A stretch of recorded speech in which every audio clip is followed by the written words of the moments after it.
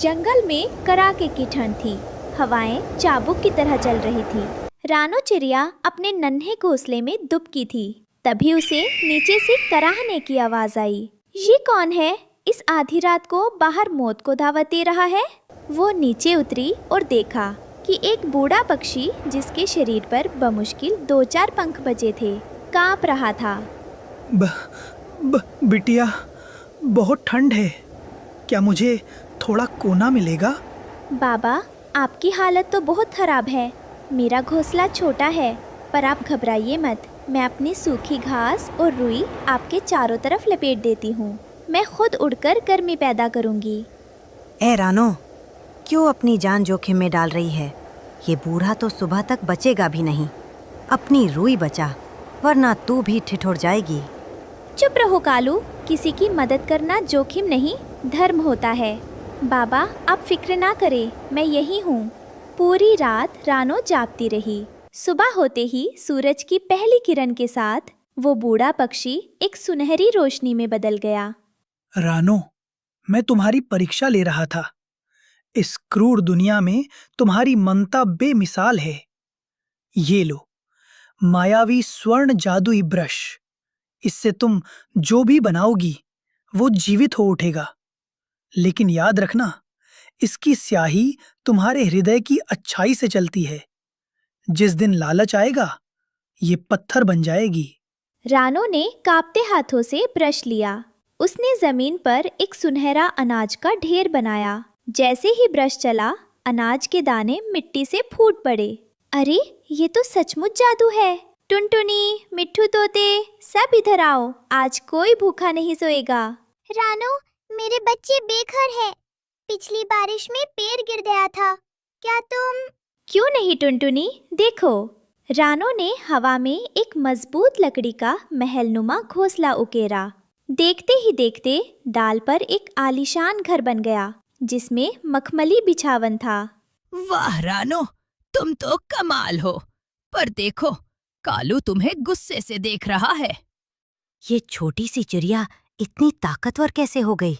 वो ब्रश मेरा होना चाहिए। मैं उससे सोने के अंडे देने वाली मुर्गी बनाऊंगा और पूरा जंगल मेरा गुलाम होगा।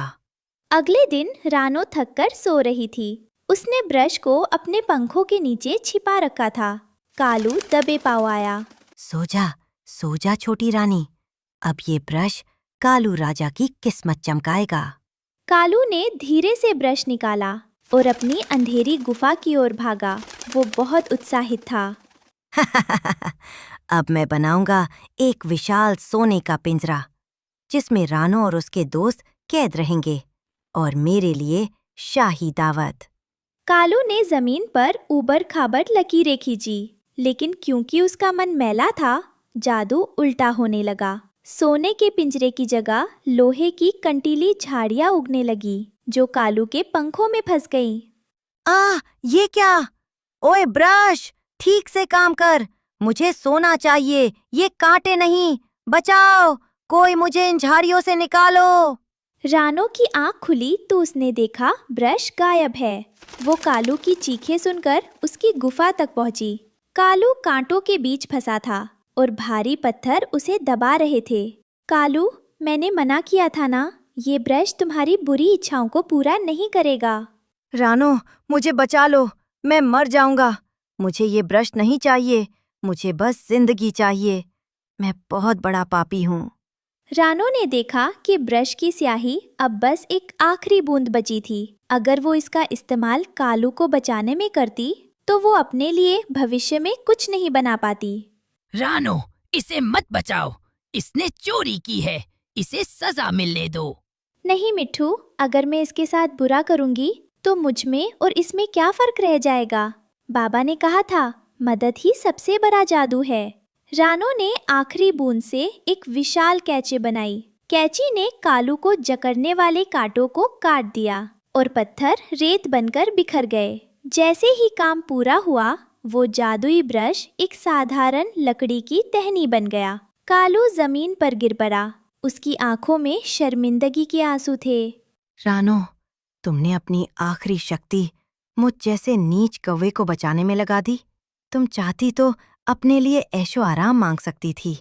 कालू भाई, ऐशो आराम तो खत्म हो जाता है, पर जो रिश्ता आज मैंने तुमसे जोड़ा है वो कभी खत्म नहीं होगा। अब तुम मेरे दुश्मन नहीं, दोस्त हो। मैं कसम खाता हूँ रानो, आज से मेरी ये चोंच किसी को दुख नहीं देगी। मैं खुद लकड़ियां ढोकर लाऊंगा और सबके घर बनाने में तुम्हारी मदद करूंगा। पूरा जंगल यह देखकर हैरान था कि एक जादुई ब्रश ने न केवल घर और खाना दिया, बल्कि एक पत्थर दिल कौवे को भी पिघलाकर सोना बना दिया। जादुई ब्रश अब एक साधारण लकड़ी का टुकड़ा बन चुका था, जिसे रानो ने अपनी स्मृति के तौर पर घोंसले के कोने में सजा दिया था।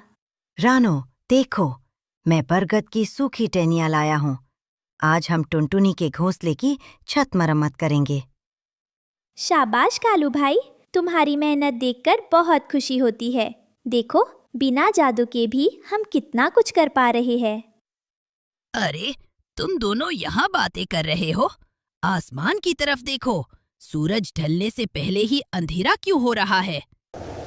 अचानक ठंडी हवाएं तेज चलने लगीं। यह कोई साधारण बारिश नहीं, बल्कि काली आंधी थी, जो अपने साथ पेड़ों को उखाड़ने की ताकत रखती थी। सब पक्षियों को इकट्ठा करो, यह आंधी खतरनाक है। सब पुराने खोखले तने की ओर भागो। पर रानो, वहाँ तो सिर्फ 10-12 पक्षी आ सकते हैं। बाकी छोटे पक्षियों और उनके बच्चों का क्या होगा? हमें मिलकर एक सुरक्षा कवच बनाना होगा। कालू, तुम बड़े पक्षियों को बुलाओ। हमें बड़े पत्तों और टहनियों को आपस में बुनना होगा। आंधी इतनी तेज थी कि पक्षी उड़ नहीं पा रहे थे। तभी रानो ने देखा कि एक बड़ा पत्थर लुढ़ककर छोटे पक्षियों के रास्ते में आ गया है। कालू, देखो, वहाँ टुनटुनी के बच्चे फंसे हुए हैं और पेड़ गिरने वाला है। रानो, तुम पीछे हटो। मैं अपनी जान की बाजी लगा दूंगा, पर आज किसी को कुछ नहीं होने दूंगा। तभी एक बड़ी डाल कालू के ऊपर गिरने लगी। कालू, बचो!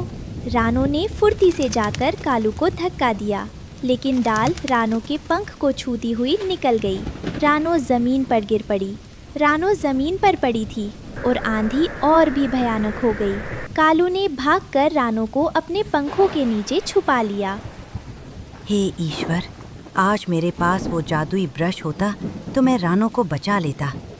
मैंने लालच में उसकी शक्ति बर्बाद कर दी थी। मुझे सजा दो, पर रानो को बचा लो। तभी रानो के घोंसले में रखा वो पुराना साधारण ब्रश अचानक चमकने लगा। वो उड़कर रानो के पास आ गिरा। कालू, देखो, बाबा की आवाज सुनाई दे रही है। रानो, जादू ब्रश में नहीं, बलिदान में होता है।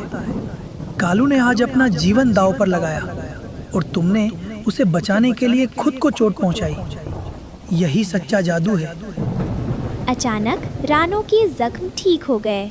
वो लकड़ी का टुकड़ा फिर से चमकने लगा, पर इस बार वो रानो के हाथ में नहीं, बल्कि हवा में तैर रहा था।